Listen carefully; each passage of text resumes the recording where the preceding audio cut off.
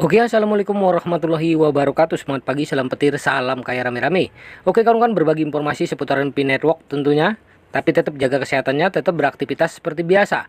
Nah, agar kita semakin tahu ya perkembangan demi perkembangan Pi Network dan sampai di mana Pi Network ya. Oke, kawan-kawan. Nah, kita kutip dari Berli ya bersama P1 News TV.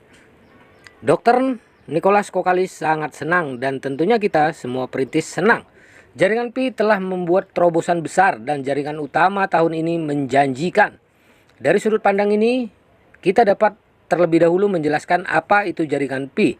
Jaringan Pi adalah mata uang digital baru yang dibuat oleh tim Dr. Stanford yang mengadopsi menyelesaikan biaya energi yang tinggi untuk penambangan mata uang digital tradisional.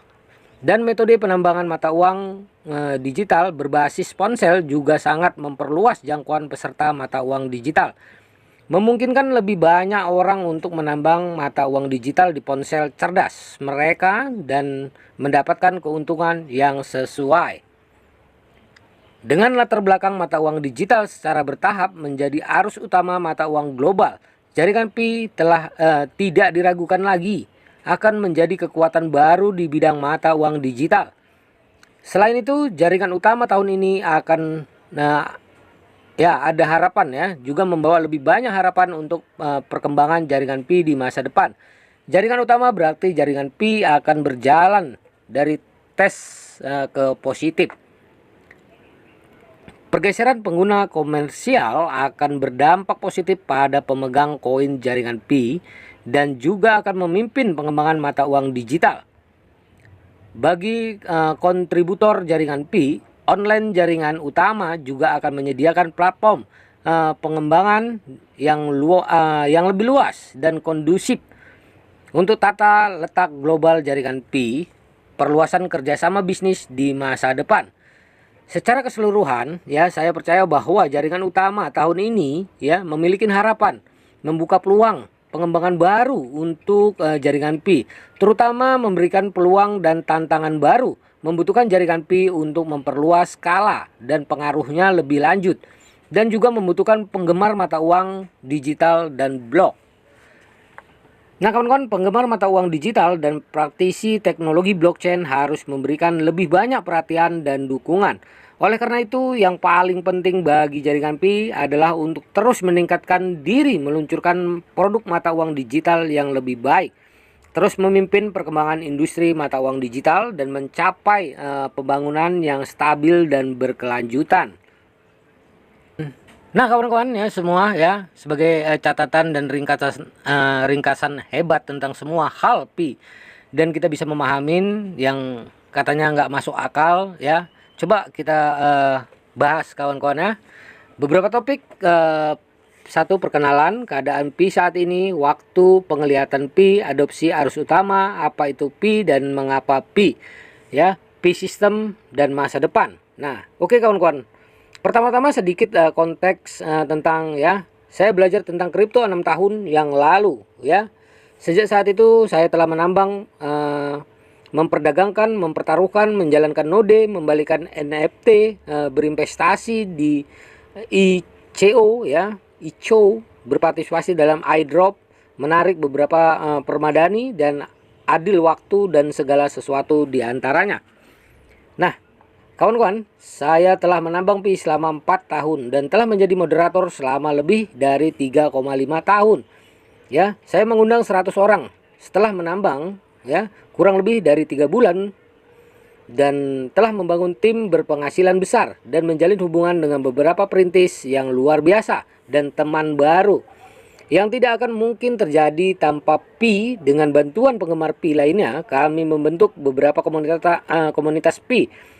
Beberapa berbicara dalam banyak video dan menyelenggarakan selusin ruang Twitter dengan pembuatan dApp, memberikan pengaruh Pi dan lain-lain. Saya adalah bagian dari program Pilok transfer dalam aplikasi yang merupakan pengujian terbatas program mulai Desember 2019, di mana saya membuat transaksi peer to peer lintas batas pertama yang tercatat dengan imbalan Pi yang didokumentasikan dan dilihat oleh beberapa juta pembaca ya di Cina PB ya, com/699 ya.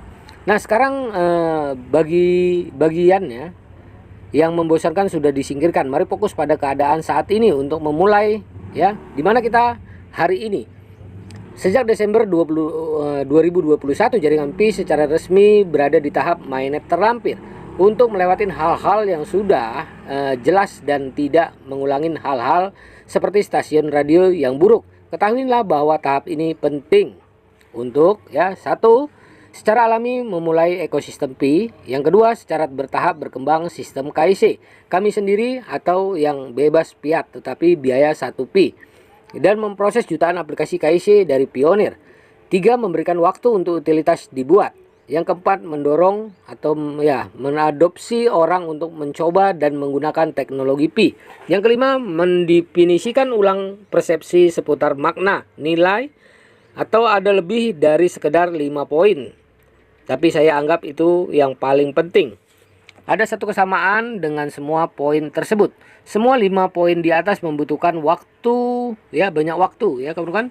Secara harfiah tidak ada orang di zaman sekarang yang suka menunggu, dan itu bisa dimengerti. Sebenarnya ini bisa dimengerti karena orang menginginkan harga tinggi untuk Pi yang berharga. Mulai saat ini harap diperhatikan bahwa tanpa mencapai atau maju dengan ya 5 poin tersebut, kemungkinan melihat harga tinggi untuk Pi adalah 0. Mengapa demikian? Karena untuk mencapai harga yang tinggi perlu adanya permintaan yang cukup, atau yang dikenal juga sebagai orang yang membeli koin. Yang akan selalu ada orang yang melemparkan uang ke koin acak. Tetapi untuk memenuhi visi awal Pi, yaitu membangun ekosistem peer-to-peer paling inklusif di dunia dan pengalaman online ya, didorong oleh Pi yang paling banyak di dunia menggunakan cryptocurrency, kita harus melakukan sesuatu secara berbeda. Saya akan merekomendasikan membaca PCP yang dicetak tebal sekali lagi dan mengingatkan karena ini sangat penting. Ada lebih dari 100.000 currency yang telah dibuat, semua dengan tujuan, sasaran, ide, strategi, eksekusi tokenomik yang berbeda, dan banyak lagi. Jadi mengapa Pi melakukan sesuatu yang berbeda? Justru karena sistem dan teknologi saat ini tidak berlaku untuk 99% orang di seluruh dunia. Sebagian besar masyarakat tidak cocok untuk roller coaster emosional dan finansial serta kurva pembelanjaan kurma yang dibawa kripto. Tidak semua orang mendapatkan beberapa ribu dolar untuk berinvestasi dalam jenis investasi paling berisiko yang tersedia di pasar. Selain itu, tidak semua orang memahami jargon teknologi yang rumit, dan juga tidak banyak orang yang cukup peduli untuk peduli. Sudah lebih dari 14 tahun sejak Bitcoin ditayangkan, dan meskipun banyak orang yang berjanji dan bersumpah bahwa kripto adalah masa depan dan itu akan mengubah segalanya dan itu akan menjadi arus utama, saya sedih melaporkan bahwa itu belum terjadi. Dan dengan optimis memperkirakan kurang dari 10% menggunakan teknologi kripto setelah 14 tahun. Jika Anda ingin melihat adopsi arus utama, beberapa contoh yang bagus adalah Google Ponsel cerdas, internet, layanan streaming seperti Netflix, aplikasi seluler, atau teknologi peer-to-peer seperti BitTorrent ya. Oke, siapa yang peduli ya? Nah, jika Anda melihat lebih dekat, sebagian besar adalah interaksi dan versi sebelumnya dengan karakteristik yang berbeda dan ya dari biasanya tidak dapat disangka lebih baik daripada pesaing lain pada saat adopsi utama terjadi. Dengan kata sederhana, mereka tidak diragukan lagi adalah yang terbaik pada saat itu bagi kebanyakan orang. Jadi dari 100.000 currency di luar sana, mana yang tidak diragukan lagi yang terbaik untuk kebanyakan orang saat ini?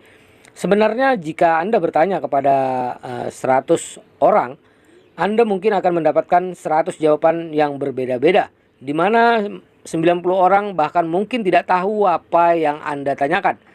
Jadi disinilah kita hari ini. Setelah 14 tahun kripto, Bapak Ibu sekalian, ini adalah masalah besar kesenjangan yang sangat besar dalam memahami kripto teknologi ini dan dalam menggunakannya. Jadi mengapa Pi ya? Pertanyaannya yang pertama ya, Pi bertujuan agar mudah digunakan oleh semua orang, dibangun sebagai aplikasi seluler hanya karena perangkat seluler adalah teknologi perangkat keras yang paling tersebar luas di saat ini. Orang tua Anda memiliki kakek, nenek, Anda memilikinya anak, Anda memilikinya, dan seterusnya. Masuk akal untuk membangun di atas infrastruktur seluler yang ada. Kedua, Pi gratisan dan hanya dengan beberapa ketukan ya. Anda tidak perlu berinvestasi dalam perangkat keras yang mahal atau berinvestasi uang hasil jeripaya Anda sendiri. Anda cukup mencari Pi di Play Store, unduh, daftar, dan Anda siap. Sekarang Anda sedang menambang Pi. Nah, selanjutnya sama seperti kripto manapun di luar sana, ada tanggapan dengan Pi juga. Tanggapan di sini adalah Anda harus menjadi manusia sejati. Betul sekali. Anda harus bisa membuktikan bahwa Anda adalah manusia. Oleh karena itu Anda harus melalui ponsel Know Your Customer atau KYC ini untuk memastikan bahwa seluruh penambang Pi adalah permainan yang adil. Tidak ada penipu atau bahwa Pi mematuhi anti pencucian uang dan peraturan lain. Nah, begitulah kawan-kawan ya. Informasinya ya, agar kita semakin jelas ya. Nah, penjelasan yang bagus ini dan harus kita pahamin oleh semua pioner sehingga tidak terus bertanya kapan open mainnet. Juga tidak usah hirau terhadap para penyinyir yang sok tahu. Yang penting sekarang tiap hari klik petir untuk terus menghasilkan Pi, dan pada saatnya nanti kita akan memetik buah yang kita idam-idamkan bersama-sama ya. Oke kawan-kawan, tetap semangat ya, semangat pagi. Begitulah penjelasannya agar ini semakin ya, para pioner semakin paham tentang Pi Network ya. Oke kawan-kawan, salam petir, salam kaya rame-rame. Oke, wassalamualaikum warahmatullahi wabarakatuh.